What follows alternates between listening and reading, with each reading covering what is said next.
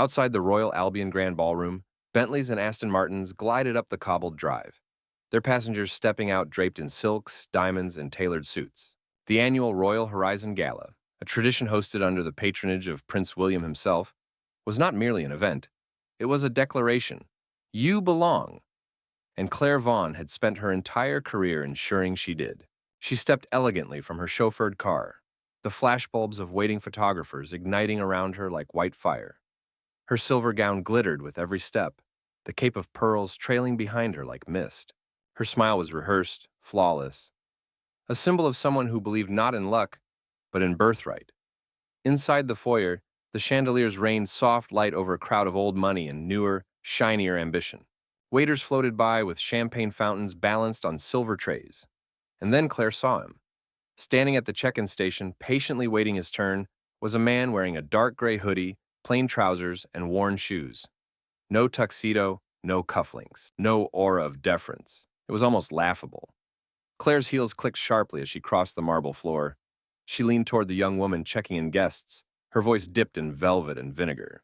"Deliveries are around the back entrance, darling," she whispered sweetly, nodding toward the man. The staffer blinked, confused. "He's on the royal guest list, ma'am," she said, scanning the tablet twice. Claire's smile froze, just as the scanner beeped and the man, with a polite nod, stepped through the velvet rope. Valid. Approved. Priority access. Claire's hand tightened on her clutch. Inside the ballroom, golden lights glowed against the midnight silk walls. Crystal chandeliers shimmered overhead. The tables near the stage, table 1, glittered with etched silver and endless champagne. Claire was led toward her seat, and there, already seated, calm, unbothered, was the man in the hoodie. He glanced up as she approached, nodding once with quiet politeness. Claire hesitated. No, she thought sharply. No, this isn't right. She swept into her chair, arranging her gown around her like a queen reclaiming her throne. And then, smiling sweetly, voice pitched just loud enough for the surrounding tables to hear, she said, "I didn't realize the seating chart was now open to casual observers." The man, unbothered, simply poured himself a glass of water. No protest, no reaction. Claire smiled tighter. She would not be overshadowed by a mistaken fabric and footwear. Not tonight, and especially not by a man she didn't recognize. The room buzzed around them with the hum of old connections and whispered deals. Claire leaned slightly toward her tablemate, Lord Ainsworth, a man who measured status in cufflinks and wine vintages. "Fascinating," she murmured with mock admiration. "I do admire the new inclusivity. Perhaps next year the valet boys can join us at dinner." Polite laughter fluttered around the table. The man in the hoodie continued eating his salad with the serenity of a monk. And that, more than anything, enraged her. Because Ibrahim Traoré didn't need to perform. He didn't need to retaliate. And that silence, the silence of a man who knew exactly who he was the most dangerous sound Claire had ever heard. The orchestra played a waltz so smooth it barely rippled the crystal goblets.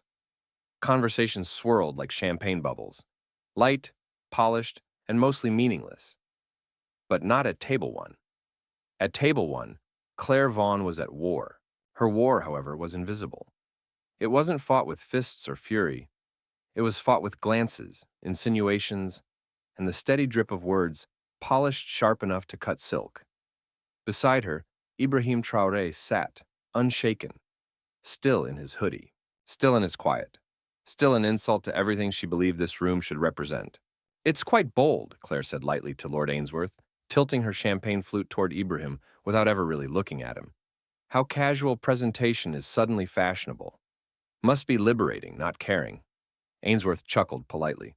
But there was a tightness to it, a slight nervous glance at Ibrahim. Others at the table shifted in their seats. A young banker cleared his throat. The countess 2 seats down pretended to check her phone. Claire felt it. She knew this room better than anyone, knew how to cut through a man without drawing blood, and yet he didn't move, he didn't shrink, he simply sat, as if none of it touched him. It was unbearable. "Perhaps he's lost," Claire mused airily, turning her head so the surrounding tables could catch her words. Or perhaps invited as part of some charming social experiment. The laughs were thinner now, uneasy, because no matter how Claire masked her disdain in silk and diamonds, The man beside her wasn't playing the part she'd assigned. He wasn't laughing. He wasn't crumbling. He was simply there. When the first item came up for auction, a signed first edition of Wuthering Heights, Ibrahim raised his hand, calmly, without flourish, without apology. The room faltered. The bid climbed. $30,000. $50,000. Claire's lips parted slightly in disbelief as Ibrahim raised his hand again, serene, deliberate, pushing the price higher. The auctioneer beamed. An enthusiastic evening already, ladies and gentlemen. Claire leaned in, her voice dripping. Do let us know, she murmured sweetly, if you'll need to finance that over installments. A ripple of laughter, tight, embarrassed. Still, he said nothing. He just nodded politely as the gavel fell. Sold. To him. The applause was polite, brittle. Across the room, a few guests exchanged glances. No one was laughing now. Not because they recognized him, but because they recognized something else. Power that didn't need to be announced. And Claire, sitting in a 1,000-pound gown, heavy with borrowed grace, realized with a creeping, suffocating dread, she wasn't mocking a stranger. She was exposing herself. The auction rolled forward, watches from Geneva, vintage wines from Bordeaux, a private safari trip in Kenya, donated by a royal cousin. The bidding was lively. The laughter returned, brittle, hollow. Claire reclined slightly in her chair, trying to reclaim the night with a smile that didn't quite reach her eyes. Beside her, Ibrahim Traoré sat, serene as a monk. When the centerpiece item, a sculpture from an Italian master valued at over $250,000, was unveiled with a flourish of velvet, the room leaned forward in collective excitement. The auctioneer, a man with a golden voice and a sharper eye, cleared his throat. A piece of history, ladies and gentlemen. Shall we begin the bidding at $100,000? A paddle rose, the banker's. Another, the heiress from Monaco. $125,000, $150,000. Claire turned slightly toward Ibrahim. Her lips curved in mock sweetness. Do be careful, she said, the words a whisper of silk. Some things are more expensive than they look. For the first time, Ibrahim turned fully to face her. His eyes, dark, steady, held hers for a long, heavy moment. No anger, no shame. Just a kind of quiet disappointment, so sharp it made Claire's chest tighten. He didn't say a word. He didn't need to, because when the bidding reached $200,000 and faltered, the room hesitating, guests weighing their wallets against their pride, Ibrahim raised his hand. Calm. Certain. $300,000, he said, a gasp. The banker lowered his paddle. The Monaco heiress blinked twice, then smiled tightly and leaned back. The auctioneer nearly stuttered. $300,000, confirmed. Going once, going twice. Claire's mouth was dry. The gavel slammed down. Sold. The room clapped. Some genuinely, most nervously. And Claire felt the room tilt. It wasn't about the money. It was about the certainty, the gravity. The way the man in the simple black hoodie had commanded the floor without raising his voice, without flashing a single diamond. She sipped her champagne too fast, the bubbles burning her throat. At that moment, the prince's aide approached the stage. He whispered something to the auctioneer. The music shifted. The lights dimmed subtly. Something was happening. Something big. The auctioneer tapped the microphone gently. Ladies and gentlemen, your attention, please. We have a special announcement from His Royal Highness, Prince William. A ripple through the crowd. Chairs shuffled. Heads turned. Even Claire straightened instinctively, her heart pounding against the corseted bones of her gown. The prince, poised, composed, stepped to the podium. He smiled, the kind of smile that warned change was coming. Tonight, he began, we gather not merely to celebrate generosity, but to recognize unseen greatness. He paused, letting the words settle. Often, we mistake appearances for character. We celebrate the loudest voice, the brightest suit, the boldest entrance. But real impact, real leadership, wears no uniform. It needs no announcement. Another pause. The prince's eyes swept the room, and they landed, not on the lords, the bankers, the celebrities. They landed on Ibrahim Traoré, the man in the black hoodie. Claire's glass slipped slightly in her hand, tipping against her plate with a soft but unforgiving clink. Prince William continued. It is my profound honor to introduce tonight's newest patron of the Royal Horizon Foundation, a leader not just of nations, but of spirit. A man who, without ceremony, funded tonight's entire event, who believed in building quietly, changing lives without needing to change rooms. The words hit like a thunderclap. Some guests gasped. Others dropped their forks. Some simply sat there, stunned. The prince smiled warmly. Ladies and gentlemen, I ask you to rise for President Ibrahim Traoré of Burkina Faso. The room exploded into gasps. Actual, audible gasps. A chair scraped backward. A wine glass shattered on marble. Claire felt her pulse stutter against her throat.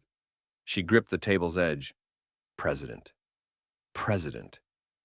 The man she had mocked, dismissed, tried to move to another table, was not just a guest.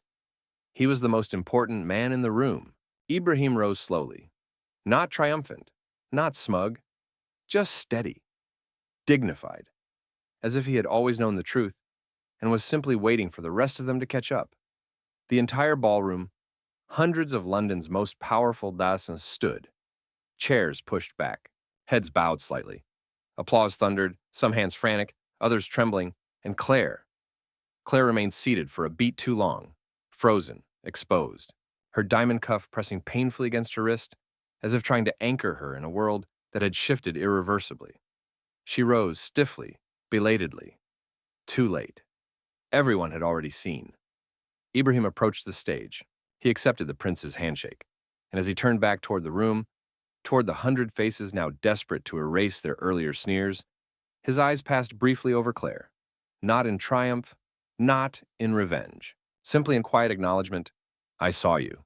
She looked down instinctively, her face burning hotter than the chandeliers overhead, because deep down, Claire Vaughan, queen of the donor circuit, knew one devastating, unshakable truth. This room would never look at her the same way again. And Ibrahim? He hadn't had to raise his voice. He hadn't had to dress in armor.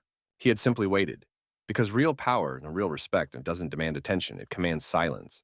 The applause roared around Ibrahim Traoré, shaking the crystal glasses, vibrating through the polished marble, filling the golden ballroom with a sound that wasn't simply celebration, it was atonement. And none of it was for Claire Vaughan.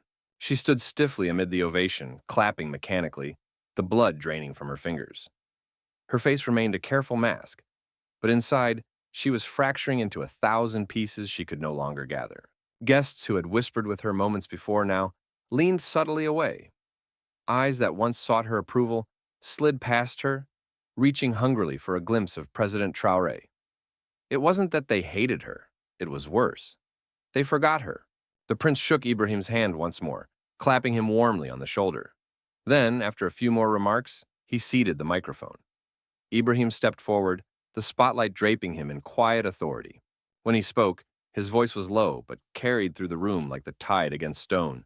I came tonight without a crown, without a title on my chest, without a bodyguard at my side. I came simply as a man, to see how we greet strangers, how we honor dignity, how we define worth. There wasn't a breath drawn in the entire hall. Claire could feel it. Every heartbeat, every skipped glance. He continued, what I witnessed was not cruelty. No. Cruelty is loud. It boasts. What I witnessed was something worse. Indifference.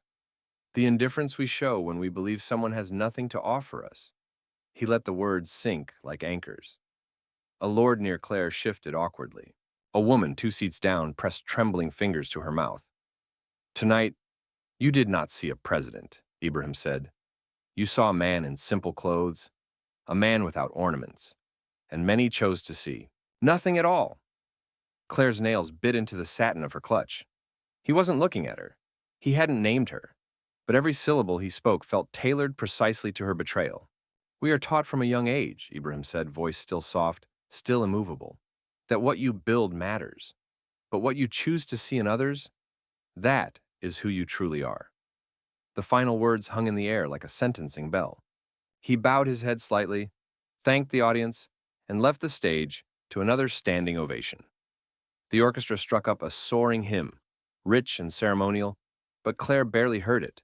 Her ears were filled with a different sound, the sound of her legacy crumbling. The auction continued, trips to Monaco, a private jet experience, a commissioned symphony. But the mood had changed entirely. The elite no longer bid to impress Clare or outdo each other in front of her critical gaze. They bid for Ibrahim Traoré's attention. They bid to be seen. At table 1, Clare sat like a ghost among the living. Lord Ainsworth was deep in conversation with Ibrahim's aide.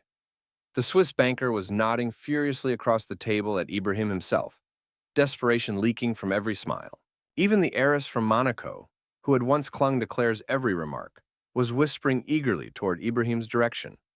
Clare picked up her champagne flute, set it down, picked it up again.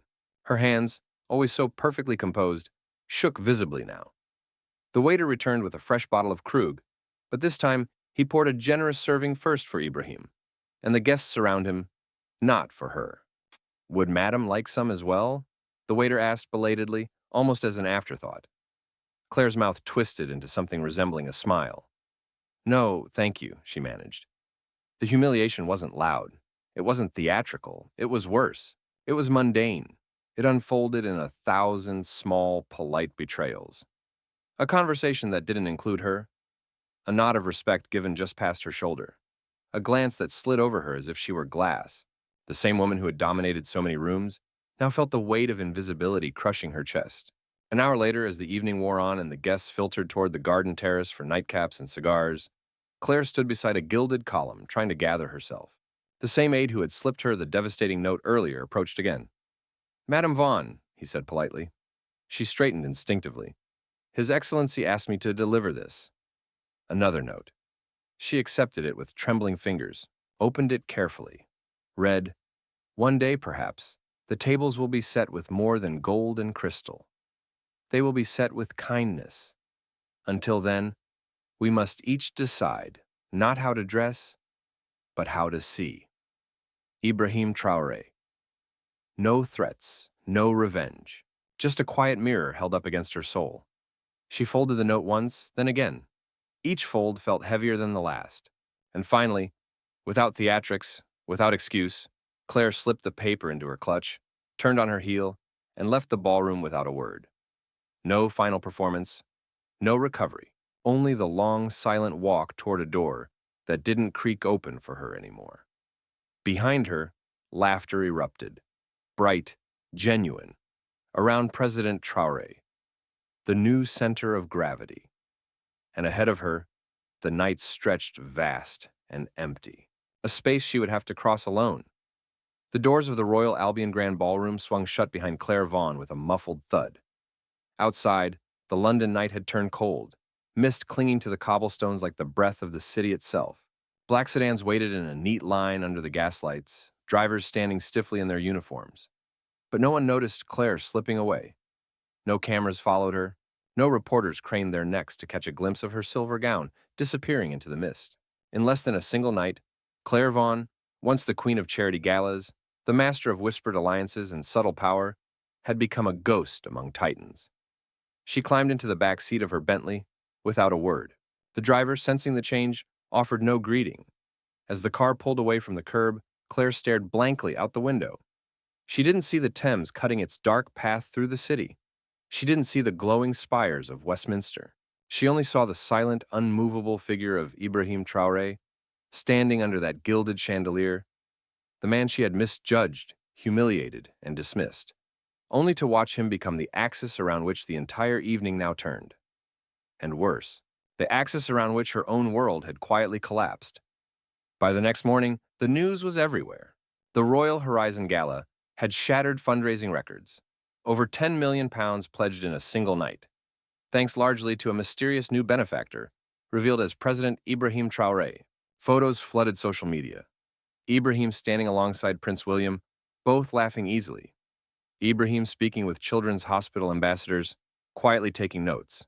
Ibrahim listening intently to an African art curator who had once been ignored at every gala. But just as virally, there were other photos, screenshots of whispered gossip, half-heard quotes repeated, and Clare Vaughan's name whispered again and again, but not as the Queen of London society, as the woman who had mocked a head of state, as the face of a withering, shallow elitism, as the cautionary tale no one could defend. At first, Claire's allies tried to spin it. She didn't know who he was, they said. It was just a misunderstanding. But the footage said otherwise. Small moments captured from a dozen angles. A glance here, a smirk there, the clipped, condescending tone in her voice as she belittled a man she didn't recognize. Context didn't matter. The truth had already taken root. By the end of the week, Claire Vaughan's name was quietly removed from the patrons list of 3 major art foundations. The Royal Albion Committee regretted to announce that they were re-evaluating their board members. A charity ball she was set to co-host was postponed indefinitely. Invitations stopped arriving. Public relations firms declined to represent her. Whispers floated through Kensington cocktail parties and Mayfair clubs. Poor Claire overplayed her hand. How could she be so careless? She mistook power for worth.